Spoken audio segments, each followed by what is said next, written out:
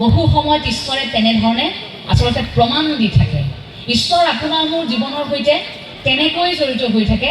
সেই ভগৱন্তৰ তত্ত্বটো মাত্ৰ বুজি পাবলৈ আমাক অকণমান সময় লাগে। আমি বুজি নাপাওঁ বাবে অভিযোগ কৰোঁ যে ভগৱান নাই। আমি বুজি নাপাওঁ বাবে ভাবোঁ যে ভগৱানৰ সাধনা কিমান কৰি থাকিম, ভগৱানে কিমান, কিবা এটা নোপোৱাৰ লগে লগে আমাৰ সেই অভিযোগটো আৰম্ভ হৈ যায়। কাৰণ সেই ভগৱন্তৰ কথাখিনি উপলব্ধি কৰিবলৈ আমি এতিয়াও ভালকৈ শিকা নাই। আৰু সেই ভগৱন্তক উপলব্ধি কৰিবৰ বাবেই, সেই ঈশ্বৰক উপলব্ধি কৰিবৰ বাবে সি যে এটা শক্তি, সেই পৰমাত্মাৰ সৈতে বিলীন হ'বৰ বাবে আমি যে প্ৰতিগৰাকী ভকত হ'ব লাগিব, সেই কথাটোৰ বাবেই গুৰুজনাই আমাক একত্ৰিত কৰিছিল। আৰু সেই মঞ্চখন সাজু কৰিছে, যিখন মঞ্চত আজি আপুনি মই গৌৰৱী অসমীয়া বুলি কৈছোঁ।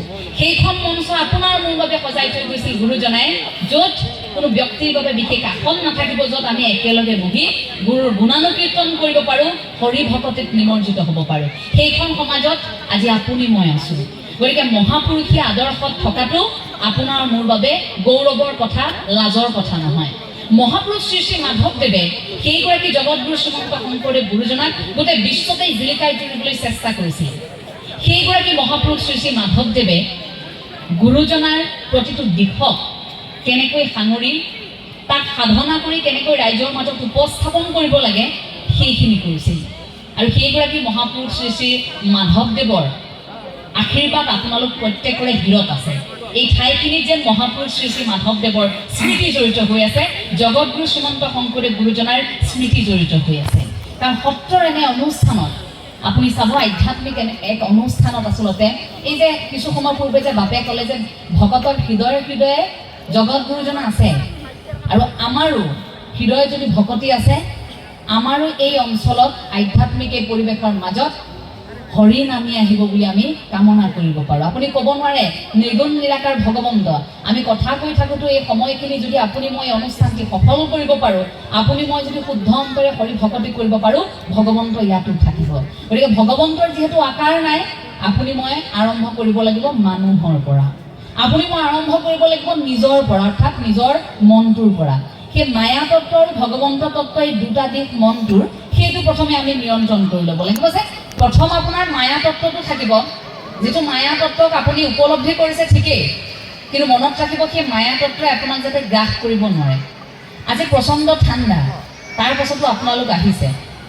প্ৰয়োজন নাছিল যে আপোনালোকে ইমান কষ্ট কৰি ইয়াত আহি কথা শুনিব, পালনামত আপোনালোকে অংশগ্ৰহণ কৰিব, কিন্তু তাৰ পাছতো আপোনালোকে নিজৰ মনটোক বুজাইছে যে নাই, আমি ঈশ্বৰ ভকতি কৰিবলৈ গৈছোঁ, আমি গুৰুজনাৰ আদৰ্শক জীয়াই ৰাখিব লাগিব, এইটো আমাৰ দায়িত্ব, আমাৰ কৰ্তব্য।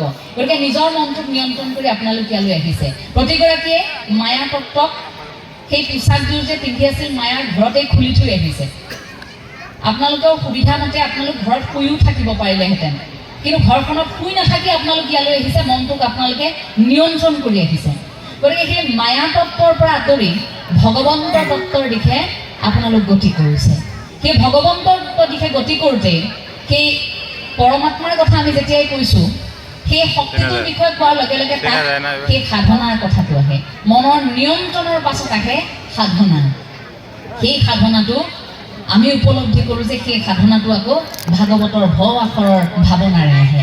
সেই ভাৱনাটো থাকিলেহে আপোনাৰ সাধনা হ'ব, সেই ভকতি থাকিলেহে আপোনাৰ সাধনা হ'ব। সেই মনটোক নিয়ন্ত্ৰণ কৰাৰ পিছত আপুনি মই এতিয়া একত্ৰিত হৈছোঁ, তাৰ পাছত আপুনি মই সাধনাত নিমজ্জিত হৈছোঁ।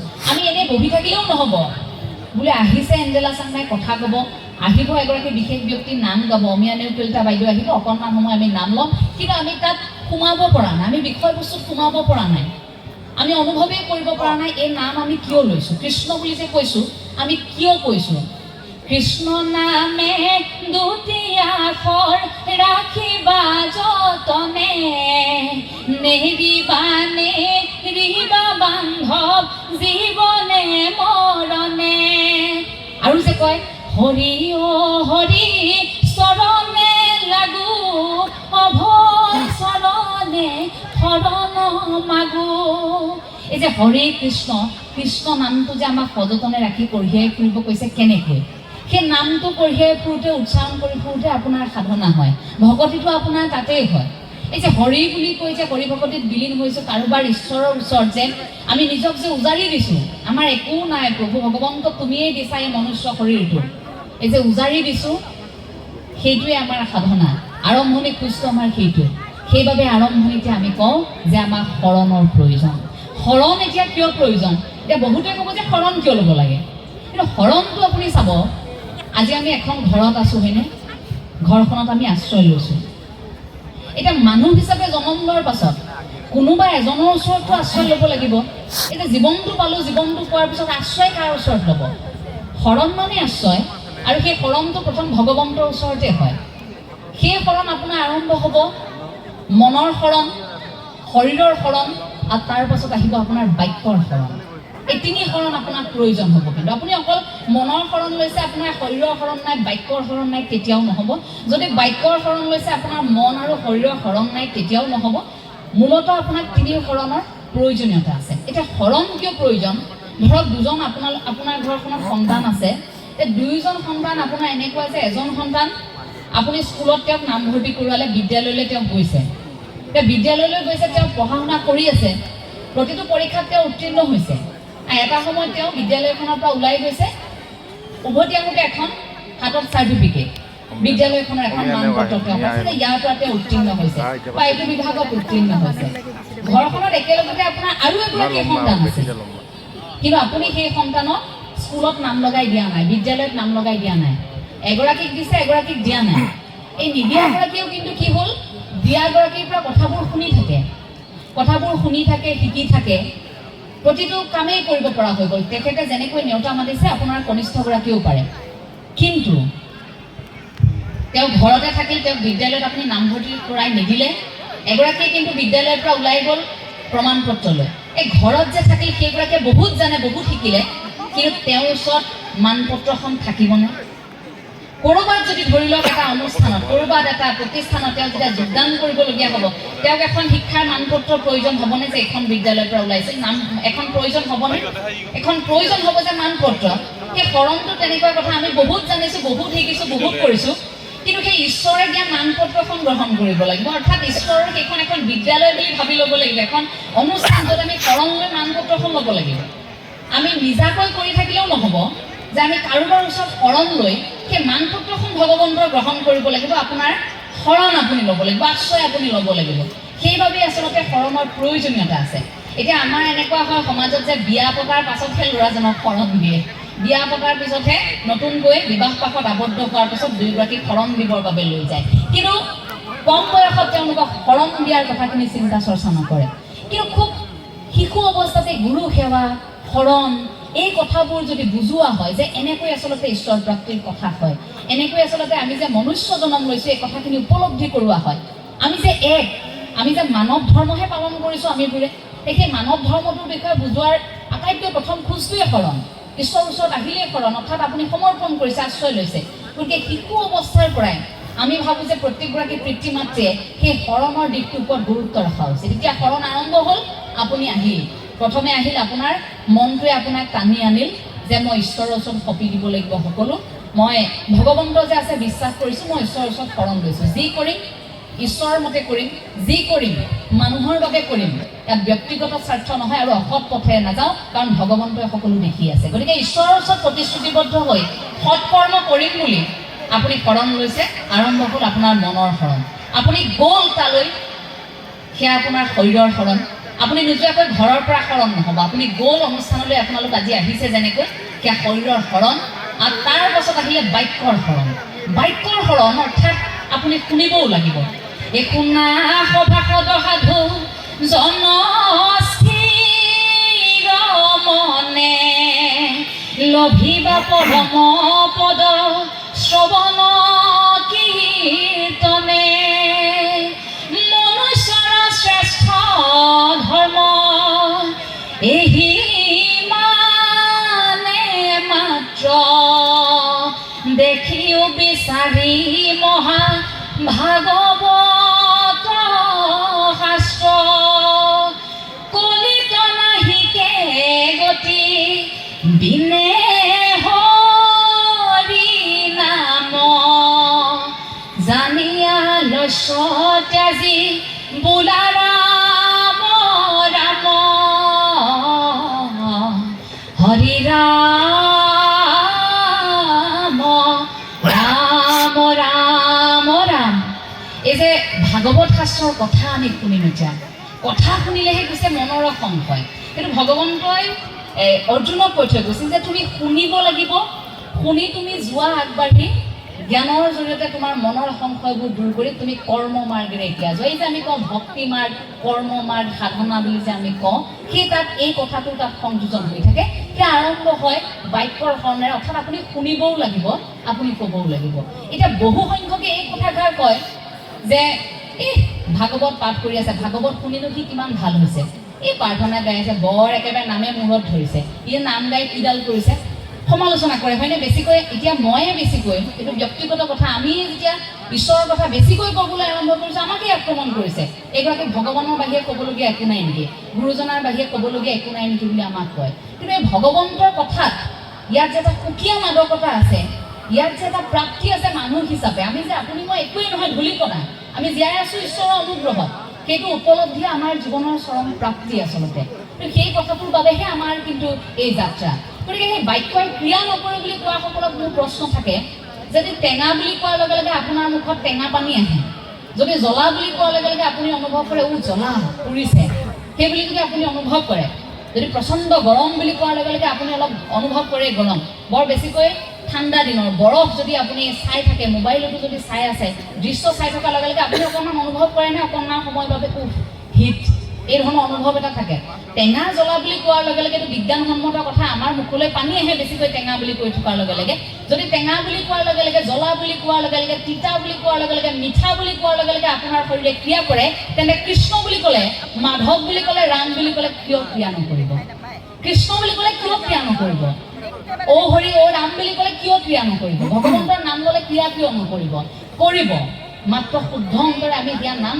ল'বও জানিব লাগিব যে আমি নাম কেনেকৈ লৈছোঁ নাম ল'বৰ বাবে গুৰুজনে আমাক শিকাই থৈ গৈছে যে আমি এনেকৈ আচলতে নাম ল'ব লাগিব সেই নামৰ জৰিয়তেহে আমাৰ ঈশ্বৰ প্ৰাপ্তিৰ কথাবোৰ থাকে এতিয়া ঈশ্বৰ প্ৰাপ্তি বুলি কোৱাৰ লগে লগে ঈশ্বৰেও আমাক যিমানখিনি আমি সাধনা কৰোঁ সেই সাধনা অনুপাতেহে কিন্তু ঈশ্বৰে আমাক দিয়ে সেইটো মনত ৰাখিব লাগিব তাৰ এটা উদাহৰণ হৈছে যে নাৰদৰ উপৰিজন্ম কথা আপোনালোক সকলোৱে জানে মই অকণমান ক'ব বিচাৰিছোঁ নাৰদৰ উপৰিজন্ম কথাত নাৰদ যেতিয়া পূৰ্বজন্মত সেইগৰাকী কণমানি আছিল সেই তাত যেতিয়া সেই চাৰিগৰাকী সিদ্ধ তেওঁৰ ঘৰলৈ আহিছিল মাক ডাকি আছিল যে কোনোমতে ক'ৰবাত কাম বন কৰি এমুঠি যোগাৰ কৰে সেই কণমানি সন্তানটি ঘৰখনত অভাৱ অনাটন কিন্তু 5 বছৰীয়া সেই সন্তানটিয়ে সেই সময়ত চাৰি সিদ্ধ পুৰুষৰ পৰা ইমানেই কৃষ্ণ কথা শুনিল যে চাৰি সিদ্ধ পুৰুষ যেতিয়া ঘৰখন এৰি যাবলৈ ওলাইছে তেতিয়া যাবলৈ দিয়া নাই যে আপোনালোক থাকক আৰু কেইদিনমান মোক অন্ততঃ ভগৱন্তৰ কথা আৰু কিবা এটা কৈ থৈ যাওক আচৰিত হৈছে চাৰি সিদ্ধ পুৰুষ যে কণমানিটিয়ে কেনেকৈ ইমান ভগৱন্তৰ সৈতে বিলীন হ'ব পাৰে তোমাক আশীৰ্বাদ কৰিছোঁ লগে লগে দিব্য শক্তিৰ দ্বাৰা ভগৱন্তক কিছু সাক্ষাৎ পাবলৈ সক্ষম হৈছে কণমানিটিয়ে তাৰ পাছত কণমানিটিৰ উত্তৰ দিশে যাত্ৰা উত্তৰ দিশে গৈ আছে উত্তৰ দিশে গৈ হাবি বন ফালি গৈ থকাৰ সময়ত এই এজোপা হিন্দু ধৰ্ম আটাইতকৈ পবিত্ৰ বুলি গণ্য কৰা হয় যে তুলসী বৃক্ষ এজোপাৰ ওচৰতে সাধনা আৰম্ভ হ'ল আৰু সেই তাত সাধনা যে আৰম্ভ হ'ল কণমানিটিয়ে সাধনা আৰম্ভ হোৱাৰ পিছত ঈশ্বৰ কামনা কৰিছে ঈশ্বৰ নাহে আহিল ঈশ্বৰ এতিয়া ঈশ্বৰ আহিলো অকণমান সময়ৰ বাবে ঈশ্বৰ আহি ঈশ্বৰ আকৌ নোহোৱা হ'ল তাক কণমানিকে তেতিয়া সুধিছে যে মই প্ৰভু তোমাক কেতিয়া সম্পূৰ্ণকৈ পাম তেতিয়া ভগৱন্তই কৈছে যে তুমি যিমান সাধনা কৰিলা মই সিমানহে তোমাৰ আগত ওলালো গতিকে আমি যিমান সাধনা কৰিম সিমানহে ভগৱন্তক আমি পাম যদি দিনটোত কোনোমতে এবাৰহে কৃষ্ণ নাম কৈছোঁ তাকো টান পাইহে ৰাম এনেকৈ কৈছোঁ কাৰোবাৰ বেমাৰ হৈছে নোৱাৰাতে কৃষ্ণ আৰু কোনোবা ভকত আহিছে নোৱাৰাতে কৃষ্ণ গতিকে তেনেকৈ কোৱাৰ পিছত সেই ওপৰজনো ইমান অকৰা নহয় যে আপুনি এদিন কৰিব তেওঁৰ গোটেই জীৱনটো আপোনাক সহায় কৰি থাকিব নামটো শুদ্ধ অন্তৰে আপুনিও ল'ব লাগিব আপুনি যিমান সাধনা কৰিব ওপৰত থকা যেনেও সিমানেই দিব গতিকে সেই কণমানিগৰাকীক ভগৱন্তই যেতিয়া তেনেকৈ কৈছে ভগৱন্তই আৰু এটা কথা লগত সংযোজন কৰি দিলে যে বিকল্প আছে বিকল্প কি তেতিয়া তুমি পৰৱৰ্তী সময়ত যেতিয়া পাৰিষদীয় তলু হিচাপে জন্মগ্ৰহণ কৰিবা তেতিয়া কিন্তু তোমাৰ মুখত ঈশ্বৰৰ নাম থাকিব তুমি নাৰায়ণ নাম ল'বা আৰু মোক তুমি কাষতে পাবা তাৰ পাছতে সেয়া নাৰদৰ জন্ম আৰু সেইবাবে লাজ এৰি ভয় এৰি শংকা এৰি গোটেই জীৱন সদায় নাৰায়ণৰ নাম লৈ থাকিল কৃষ্ণ নাম লৈ থাকিল নাৰদে আৰু সেই নাৰদে তাৰ পাছত ব্যাসক অনুৰোধ জনাইছিল যে কিবা এটা কৰক আপুনি এই যে মানুহখিনি এই যে মনুষ্যবোৰ আহিব পৰৱৰ্তী সময় যেতিয়া জন্ম লভিব এই যুগবোৰ যেতিয়া শেষ হৈ অন্য যুগৰ আৰম্ভ হ'ব কেনেকৈ জীয়াই থাকিব এওঁলোক থাকিবৰ বাবে আপুনি এভাগী শাস্ত্ৰ লিখি উলিয়াওক। আৰু আৰম্ভ হ'ল ভাগৱত শাস্ত্ৰ। আৰু সেই ভাগৱত শাস্ত্ৰভাগীকে ভাবিলে যে গুৰুজনাই এই ভাগৱত শাস্ত্ৰভাগীয়ে দেখোন আমাৰ উত্তম এক অস্ত্ৰ হিচাপে আমি ব্যৱহাৰ কৰিব পাৰোঁ মানৱ জীৱনত। গতিকে সেই শাস্ত্ৰভাগীকে গুৰুজনাই আৰম্ভ কৰি গ'ল অনুবাদৰ বাবে। সেইবাবে কোৱা হয় আপুনি প্ৰশ্ন সুধি সুধি সুধি শেষ হৈ যাব, ভাগৱতৰ উত্তৰ শেষ নহয়। আপোনাৰ জীৱনৰ প্ৰতিটো কথা, আজি আপুনি মই যি ধৰণে জীৱন নিৰ্বাহ কৰিছোঁ, আনকি সন্তানেটি গৰ্ভত আপুনি ধাৰণ কৰাৰ পৰা সন্তানটি ভূমিষ্ঠ হোৱালৈকে এগৰাকী নাৰীয়ে কেনেকৈ থাকিব লাগে, আজি বিজ্ঞানে যিখিনি কথা কয় সেইখিনি কথা ভাগৱতেও কয়, সেইখিনি কথা গুৰুজনায়ো কৈ থৈ গৈছে। আজিৰ তাৰিখত বিজ্ঞানে যিখিনি কথা কয়, যেনেকৈ আজিৰ তাৰিখত বিশ্বব্যাপী যোগাসনৰ কথা কৈ থকা হয়, সেই কথা আমাৰ গুৰুজনাই আজিৰ পৰা বহু বছৰ আগত আমাৰ গুৰুজনাই কৈ থৈ গ'ল। কিন্তু আপুনি মই ক'ৰবাত সেই কথাটো স্বীকাৰ কৰিবলৈ টান পাওঁ। আমি টান পাওঁ যে গুৰুজনাই কৈ থৈ যোৱা সেইখিনি এতিয়া এলান ঢোল আগত আপোনাৰ মোৰ একো নাহে নাযায়। আমি ভাবোঁ যে আমি নিজৰ কামটো কৰিলেই হ'ল। আমিবোৰ এতিয়া কোনোবা এটা বন্ধ কোঠৰীত ব্যক্তিগত স্বাৰ্থত আপুনি মই এতিয়া সোমাই পৰিছোঁ। সেই মহাপুৰুষীয় আদৰ্শটো জীয়াই ৰাখিবৰ বাবে আপুনি মই কিমানেই কষ্ট কৰিছোঁ, এইটো ডাঙৰ কথা। আজি সকলো একত্ৰিত হৈছোঁ আমি ইয়াত নাম ল'ম বুলি। আপোনালোকৰ সত্ৰৰ যিসমূহ পৰম্পৰা আছে আপোনালোকে সেইসমূহ পালন কৰিছে, কিন্তু বুকুত হাত থৈ প্ৰতিগৰাকীয়ে ক'ব পাৰিবনে যে সঁচাকৈ আমি তিল মানুহ গুৰুজনাৰ আদৰ্শত আঘাত কৰা নাই? আমি আজিলৈকে যি কৰিছোঁ গুৰুজনাৰ আদৰ্শত আঘাত নসনাকৈ আমি কৰিছোঁ। এই প্ৰশ্নটো যদি প্ৰতিগৰাকীয়ে নিজক সোধে, প্ৰতিগৰাকীয়ে যদি সোধে, তেতিয়া আমি পিছৰ প্ৰজন্মলৈ চিন্তা কৰি থাকিবলগীয়া নাই। আৰু প্ৰতিগৰাকী জ্যেষ্ঠৰ পৰা কনিষ্ঠলৈ এই প্ৰশ্নটো যদি এতিয়া সোধে, পিছত হাহাকাৰ কৰিবলগীয়াও নাই যে এটা সময়ত আমাৰ এইসকলে একো ভাল কাম নকৰিলে বুলি। হাহাকাৰ কৰিবলগীয়া নাই যে নতুন প্ৰজন্মই আধ্যাত্মিকতাক বুজি নাপায় বুলি। কাৰণ সমাজখন আমি সাজু কৰিছোঁ, জ্যেষ্ঠসকলে সাজি থৈ যোৱা সমাজখন ইমানো শৃংখলিত নহয় যে কেৱল কনিষ্ঠসকলে বা নতুন প্ৰজন্মইহে তাক বিশৃংখল কৰি। আধ্যাত্মিকতাৰ পৰিৱেশ আপুনি মই ৰচনা কৰিছোঁ আৰু তাক জীয়াই ৰখাৰ দায়িত্বটো আমাৰ। অসমৰ প্ৰতিগৰাকী লোকেই আচলতে আধ্যাত্মিক, কিন্তু বুজিবলৈ অকণমান মাত্ৰ সময়ৰ প্ৰয়োজন। এই যে শৰণৰ কথা আপোনালোকক ক'লোঁ, শৰণৰ লগে লগে মনৰ শৰণ, বাক্যৰ শৰণ, শৰীৰৰ শৰণৰ লগে লগে আমাৰ জীৱনশৈলীৰ কথাও কিন্তু এতিয়া চাব লাগিব। আমিবোৰ এতিয়া অতি আধুনিক হ'বলৈ গৈ আছোঁ, আৰু বিশ্বায়নৰ সময়ত আমি অতি আধুনিক হ'বলৈ গৈ থাকোঁতে থাকোঁতে থাকোঁতে থাকোঁতে এনেকুৱা হৈছে আমাৰ পুৰণিকলীয়া যিবোৰ নীতি নিয়ম সেইবোৰ আমি পালন কৰিবলৈ অকণমান বেয়া পাওঁ। আৰু অতি আধুনিক হ'বলৈ গৈ থকা এই স্বভাৱবোৰৰ বাবে আমি ক'ৰবাত আমাৰ শিপাডাল আমি পাহৰি গৈছোঁ। খাদ্য আমি কি খাইছোঁ? যদি আধ্যাত্মিকতাৰ দৃষ্টিভংগীৰে আপুনি চায়, প্ৰতিদিনে আপোনালোকৰ ঘৰত বিবিধ ব্যঞ্জন থাকে। আপোনালোকে শৰীৰটোৰ বাবে ঠিকেই খাদ্য খায়, কিন্তু মনৰ খাদ্য আৰু আধ্যাত্মিক খাদ্য আপোনালোক কিমানজনে খাইছে সেইটো ডাঙৰ কথা। প্ৰতিগৰাকী আয়ে ক'ব পাৰিবনে যে আমাৰ ঘৰখনত আজি ঠিকেই মাছ মাংস ৰান্ধিলোঁ, আমাৰ ঘৰখনত আজি এই পাচলি ৰান্ধিলোঁ, কিন্তু আমাৰ ঘৰখনত আধ্যাত্মিক খাদ্য আমি কি ৰান্ধিছোঁ, আধ্যাত্মিক খাদ্য আমাৰ সন্তানক আমি কি দিছোঁ?